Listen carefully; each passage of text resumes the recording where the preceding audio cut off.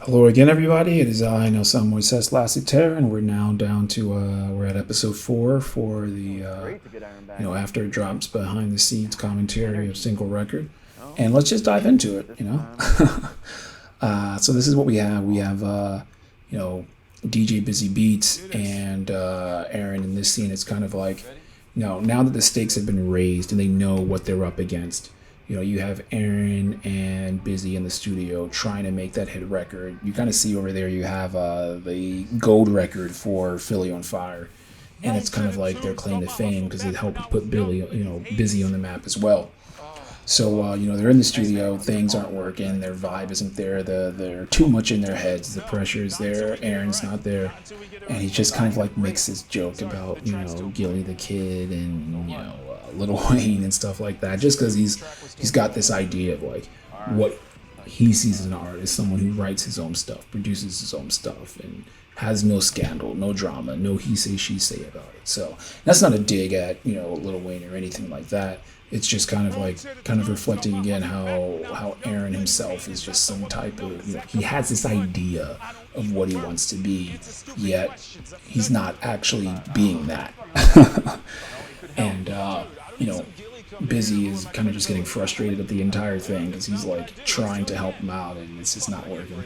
And I really love this shot because you get like Busy in the foreground and Aaron in the background, and it just really kind of shows a really cool visual dynamic between the two.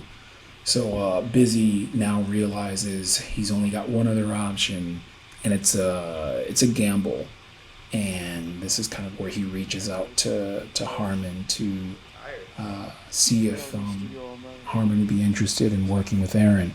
Unfortunately, Harmon, doesn't like Aaron based off their initial interaction. Aaron was kind of a dick to him. So he's like, why would I even want to provide my musical songwriting expertise to help this guy that's clearly a dick, So it really kind of makes things really interesting. And, it's crazy.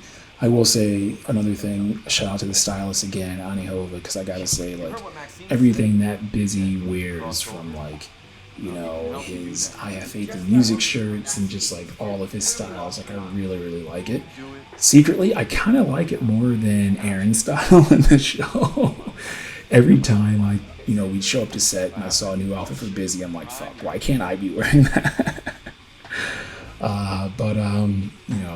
It's just very, I really love that stare down scene because they really raise the stakes when it's like, listen, if you don't help Aaron, I'm not going to produce the album for you, and we have to figure it out that way. And that's kind of his ace in the hole that gets Harmon to sign on. The crazy thing is, Aaron doesn't know. In this scene here, you have Shy, catching up with Quan, and there's a really good reference to Equivalent Exchange, which comes from Full Metal Alchemist, which is one of my favorite shows of all time. And I was just like, I have to write something in there about that, because a really good, concept in writing is to not explicitly just say what you're going for, but if you can be creative and allude to it through something else, it kind of just comes off just, it really creates a more artistic way in illustrating what you're trying to say and get across. And throwing in an Equivalent Exchange scenario from Full Metal Alchemist and parlaying that to Aaron's career and his money and what Shy's trying to get out of it, I thought was just really fun for me. So here you're finally getting introduced to the woman from the photo, which is Sheila, which is Karen's girlfriend, longtime girlfriend, who stood by him when he was on the corporate side, studio side, and now he's like an independent manager trying to make things happen. And I don't know. She's been holding this secret for a really long time, and she's not really sure how she's gonna go about, saying it. I do want to give a shout out to, a really good friend of mine. I'll say Mr. Chase in this sense.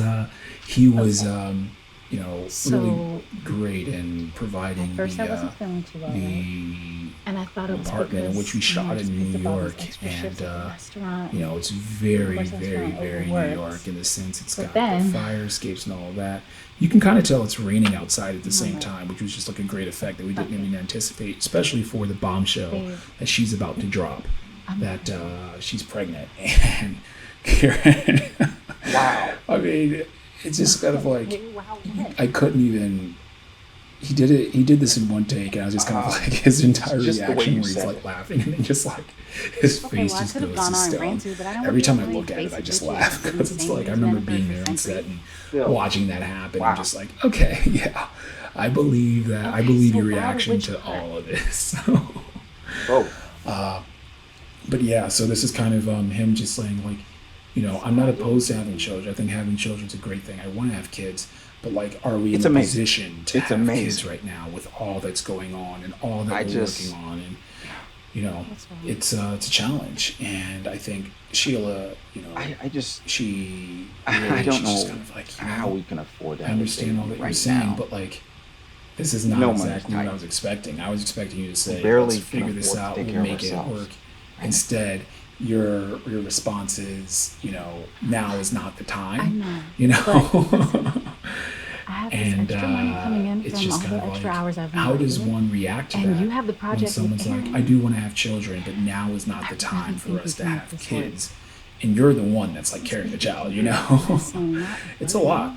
So I really wanted to kind of dive into that because, believe so many people have so many different things going on in their lives, and their personal life affects their professional life in so many different ways, and it influences their decisions and all of that.